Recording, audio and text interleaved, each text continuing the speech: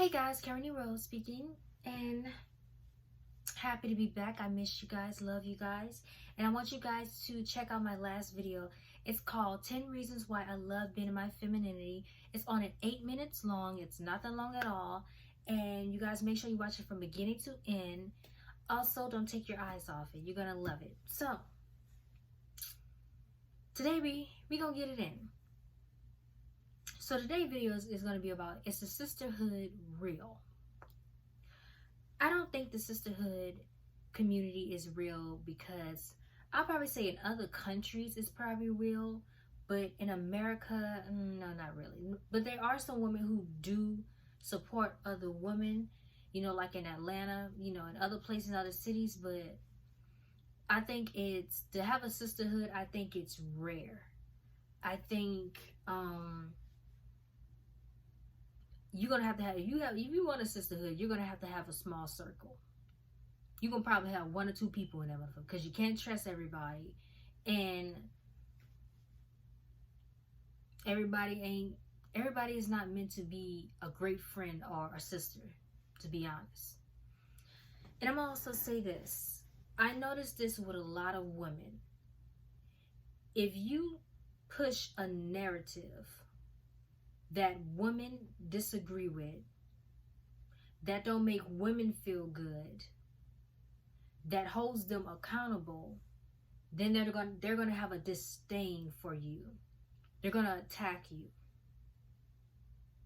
You know, if you don't push their perspective and their agenda or kiss their ass, then they're gonna resent you. Even if you are another woman. Hey, so I'm going to give you guys a story time on why I don't really believe in the sisterhood. So, you know how your mom, your grandmas, your aunties, they tell you to watch out for the men, watch out for these boys, but they forget to tell you that you got to watch out for some of these women as well. So, I had this friend. I met her through another friend, but me and her ended up getting closer. So she would come at my house, eat, to have girl talk, have fun, do what we do. And she's one of those people that like to disappear. Like, you'll see her for like a whole 3-4 months, 2 months, and then all of a sudden she'll just stop coming, stop doing, you know, just disappear out of nowhere.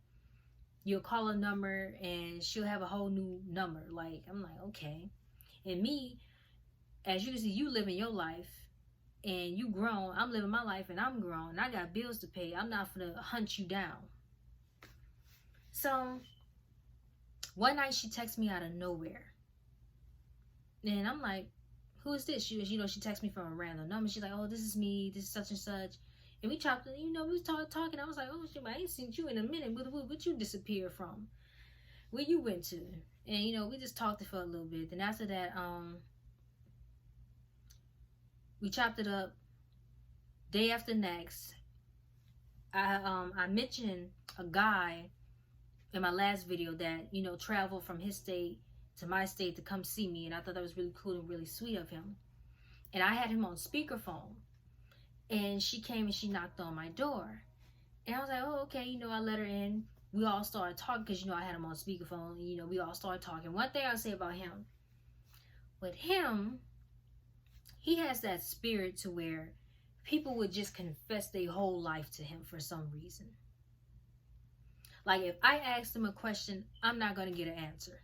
But if he asks the question, they'll tell him any and everything. I'm like, okay. Anyways. So, I ain't gonna lie, we was having a conversation and we was talking about hoes. And I was like, man, these hoes getting out of line, man. Somebody need to get these hoes on a leash. They tripping. And he asked her a question, and she just came out and said, I was an escort. I was like, oh. But if I would have known you was an escort, I wouldn't have been talking about hoes. But anyways, so the room got a little quiet, I ain't gonna lie. But fast forward, so he comes in town, and I get up early in the morning, get dressed, got my hair and everything done, and she comes to come pick me up and we go meet him at the hotel, Hilton Hotel. And he wanted me to come by myself. I should have came by myself because he's a trustworthy, good person. I should have came by myself instead of bringing her, but I didn't want to go alone. So we end up spending, like, all of us end up, like, going to brunch, having a great time, spending the whole day with each other, like, the whole week. Mind you, he came down here for, like, 4 days. So when he leaves, I have to fast forward again because this story is long, but I'm just going to tell you a part of the story. So he goes back home. He calls my phone. He said, Karen, we need to talk. I said, okay, what you want to talk about? But I could hear it, like, the seriousness in his voice. He said, oh, girl, that's not your friend. And I'm like, understandable. Because me and her will argue about a lot of things. Like, she just, like, wasn't the same person anymore. Ever since she, like, disappeared, became an escort. But when she came back, she wasn't an escort anymore. So she was out of the business, I guess. But she was the type that believed in feminists. And she believed in, if you have sex with a bunch of dudes, you know, you feel empowered. And I'm like, okay, like, you talking about having a threesome. I'm like, well, how the hell do you feel empowered by having a threesome? You got one dude in a back pounding you, and you got one face fucking you. How is that you being empowered? You're being conquered, sweetheart. That's what that is. So I just knew that friendship wasn't gonna last. And plus, I'm the type, I believe that every man is not supposed to be inside your body. That's nasty. It's like you're a young lady. You know, I kind of, to a certain degree, I believe in soul ties. I believe with a bunch of men inside your body, your mental state is going to be messed up. You can't think straight. Your mind's going to be just crazy. But, so he ends up telling me what happened. He said every time you walk out the room, she'll just say little things. I'm like, okay, like, what type of things? You know. And he said that, let's say you went to the bathroom. And I went to the bathroom one time. I remember that. I said, okay, I went to the bathroom. He said, when you went to the bathroom, she'll start saying, like you should go in there after her and just lift her dress up and just start, you know, getting it in with her. Like, what? Then it was one day she got drunk. He said when she got drunk, it got worse. He said every time you would step out, you know, you went to the bathroom again. Because me, I like to drink a lot of water. And, child, water gonna have you running your ass to the bathroom. He said the day she got drunk, it got worse. She said she just kept on. She said that, she was like, why you just don't go in there and do it? You don't know what to do? Just go in there, lock the door behind you, get behind her, put her arms behind her back, and just start getting it in with her. She don't understand now, but she'll understand later. Like, that's some predator bullshit. And she would say things like, and she would be like, well, I'll just go to the door and just start listening. Then she told him, you should just, like, put your penis in her mouth and I could watch.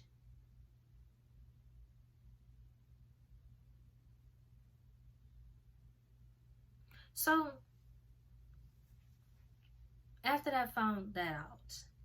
I was like, well, why didn't you tell me when we was at the hotel? He was like, I didn't want to really be in an uncomfortable situation. And I was like, I understand that, because, you know, I don't like to be in uncomfortable situations.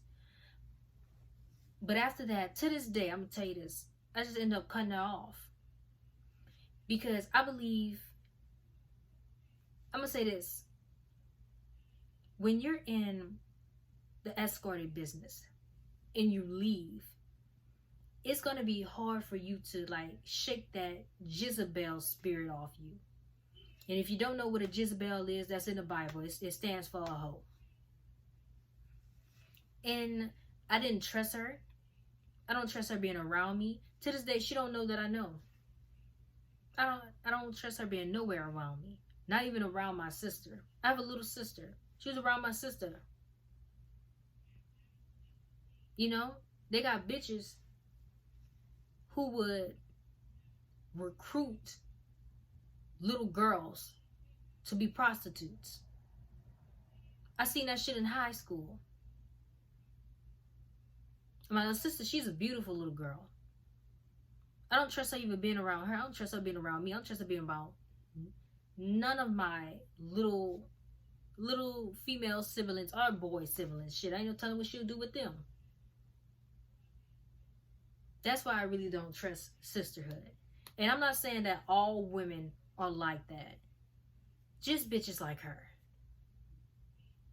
You know, but like I said, hopefully you young girls can watch this and just be careful who you call your friend. And like I always said, multiply, divide, and subscribe, and I'm up out of here.